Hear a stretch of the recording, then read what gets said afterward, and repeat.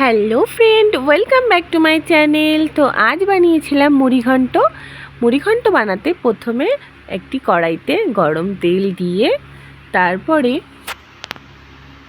ধুয়ে রাখা এখানে দেখো মাছের মাথাগুলো পরিষ্কার করে রেখেছি। আর এখানে রয়েছে আদা, জিরে আর গোটা গরম মশলা পেস্ট করে রাখা হয়েছিল।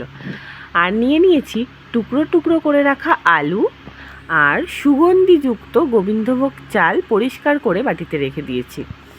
এরপর আমি একে একে মাছের মধ্যে হলুদ লবণ দিয়ে মাখিয়ে নিলাম। তারপর মাছগুলোকে কড়াইতে গরম করে তেলটা মাছগুলোকে ভেজে নেব। মাছগুলো ভেজে নিয়ে আমি আবার কড়াইতে দিয়ে দেব গরম তেলের মধ্যে শুকনো লঙ্কা, তেজপাতা, তো তারপর দিয়ে আলুগুলো ভেজে নেব।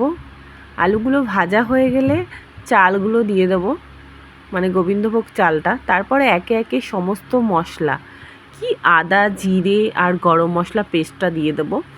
তারপর আমি মাছের মাথাগুলোকেও দিয়ে দেবো।